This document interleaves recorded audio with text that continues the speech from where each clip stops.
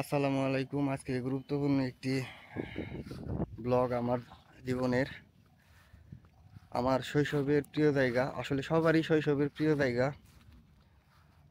যেটি সবারই নানির বাড়ি। আমি অনেকদিন পর আজকে আমার নানির বাড়ি আসছি একটি বিয়ের দাওয়াতে। আমার মামাতো ভাই, ছোট ভাই বিয়ের উপলক্ষে আজকে অনেকদিন পর নানি বাড়ি আসা। এসেই যে জিনিসটি খেয়াল করলাম সেটি হচ্ছে, শৈশবে আমরা দলবল হয়ে মামাতো ভাই, খালাতো ভাই, মানে যত ভাই ব্রাদার ছিলাম আমরা সবাই একত্রে যে জায়গাগুলো, যে স্থানগুলো দিয়ে আড্ডা মারতাম, সেগুলো এখনো সেই আগের মতোই সুন্দর। আমার গা শিউরে উঠতেছিল আমি যখন এই জায়গাগুলো দিয়ে হাঁটতেছিলাম, ঘুরতেছিলাম। আজ থেকে প্রায় 20 বছর আগে এই জায়গাগুলো দিয়ে আমরা মানে সারাক্ষণ ছুটে চলতাম, রাত দিন সন্ধ্যা পর্যন্ত। অনেক বাতাস এখানে আজকে, বাতাস যদিও একটু গরম বেশি। কোথাও বাতাস না থাকলে এখানে বাতাস সব সময় থাকেই।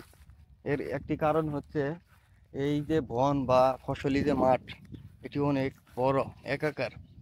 4-5টি এলাকার মধ্যে এই একটি বন, অর্থাৎ এর এক পাশে হচ্ছে থুরি, এই পাশে আদ্রা, ওই পাশে বাগাডোবা, ওই পাশে টনকিপাড়া। এই কয়েকটি এলাকার মাঝামাঝি এই বনটি আমার জানা মতে আমাদের মেলান্দহের মধ্যে অন্যতম বড় একটি ফসলি মাঠ বা বন। আর সামনে একটি গাছ আছে, বট গাছ। আমি সেটি দেখানোর চেষ্টা করব। এই বট গাছটি মানে এই বনের সৌন্দর্যকে আরো কয়েক গুণ বাড়িয়ে দিয়েছে। মানে চারপাশেই আসলে ধুধু প্রান্তর, মরুভূমির মতো। মাঝখানে একটি বট গাছ, এই বট গাছটি মাথা উঁচু করে দাঁড়িয়ে আছে, যেখানে ক্লান্ত মানুষগুলো নির্বিঘ্নে সেখানে গিয়ে ঘুমিয়ে পড়ে। কোনো কাঁথা বালিশ কিছুই লাগে না, গাছের নিচে জাস্ট শুয়ে পড়লাম, শান্তির ঘুম। এমন একটি পরিবেশ, বাতাসের শনশন শব্দ আপনারা শুনতেই পাচ্ছেন। গাছটি এখান থেকে অনেক দূরে, প্রায় 1 কিলোমিটার মতোই হবে আর কি এখান থেকে দূরে। আমার নানির বাড়ি হচ্ছে এই যে এই পাশে, এই পাশে। আমি বনের এক কোণে কোণে আমি বনের এক কোণায় বলা যেতে পারে। এই পাশ থেকে ওই পাশে হেঁটে যাওয়া এটি অনেক কষ্টসাধ্য একটি বিষয়, এবং ওই মাঠের মাঝখানে মাঝখানে ফিশারিস, অর্থাৎ মাছের কিছু প্রজেক্ট আছে। আগে ছিল না এগুলো, এখন নতুন নতুন উদ্যোক্তা হয়েছে, তারা তাদের উদ্যোগে এটি করছে। বিষয়টি আসলেই অনেক ভালো একটি উদ্যোগ। আমার অনেক ভালো লাগলো।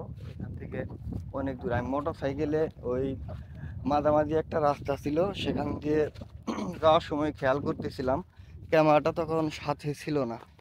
আমি আসলে যখন আসি তখন ক্যামেরাটা আমার সাথে ছিল না। আমি ভাবলাম যে আহ, অনেকক্ষণ সময়, দীর্ঘ একটা সময় যেহেতু এখানে থাকবো, এই সময়ের মধ্যে আমি এই এর একটা ভিডিও তৈরি করব।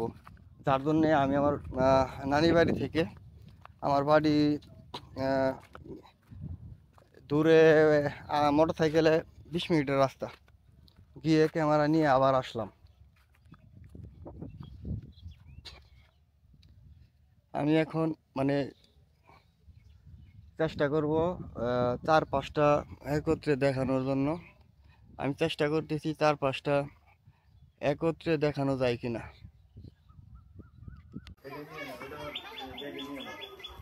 এই গাছটার অনেক জ্বালাইছি ছোটবেলা, এখন গাছটা এখনো আছে।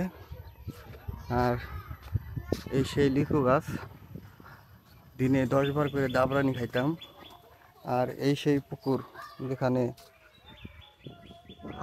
সারাক্ষণ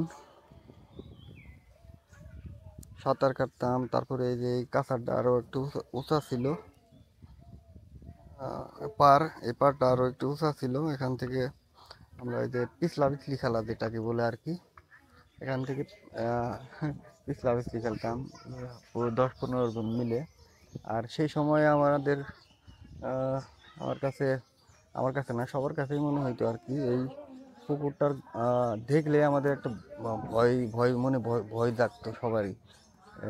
2-4 এলাকার মধ্যে এই পুকুরটা সবচেয়ে বেশি গভীর ছিল। পাড়গুলো আরও একটু উঁচা ছিল, এখন পাড়গুলো আগের মতো নাই, ভেঙে গেছে। আহ, এই অবস্থা। তারপরে ওই পাশে আরো পুকুর